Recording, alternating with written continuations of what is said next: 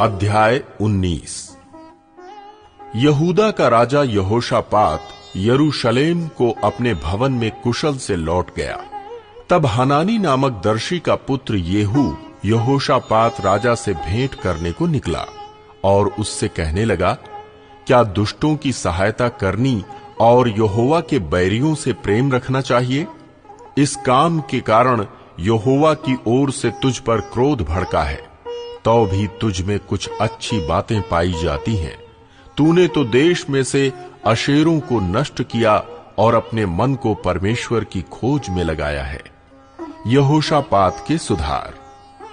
यहोशापात यरूशलेम में रहता था और उसने बेशेरबा से लेकर एप्रैम के पहाड़ी देश तक अपनी प्रजा में फिर दौरा करके उनको उनके पितरों के परमेश्वर यहोवा की ओर फेर दिया। फिर उसने यहूदा के एक एक गढ़ वाले नगर में न्यायी ठहराया और उसने न्यायियों से कहा, सोचो कि क्या करते हो, क्योंकि तुम जो न्याय करोगे वो मनुष्य के लिए नहीं, यहोवा के लिए करोगे, और वो न्याय करते समय तुम्हारा साथ रहेगा। अब यहोवा का भय तुम में बना रहे, चौकसी से काम करना, क्योंकि हमारे परमेश्वर यहोवा में कुछ भी कुटिलता नहीं है और ना वो किसी का पक्ष करता और ना घूस लेता है।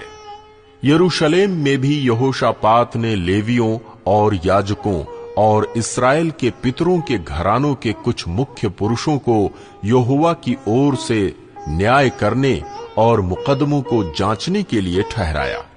उनका न्याय आसन यरूशलेम में था। उसने उनको आज्ञा दी, यहोवा का भय मानकर सच्चाई और निष्कपट मन से ऐसा करना।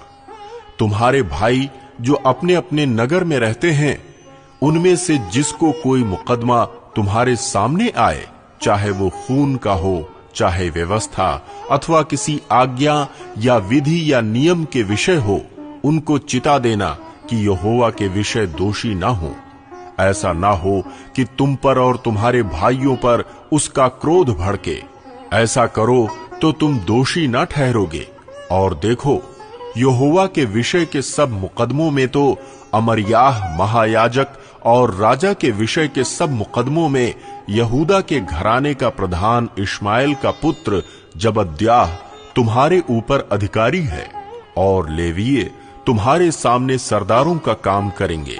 इसलिए हियाव बांधकर काम करो और भले मनुष्य के साथ यहोवा रहेगा।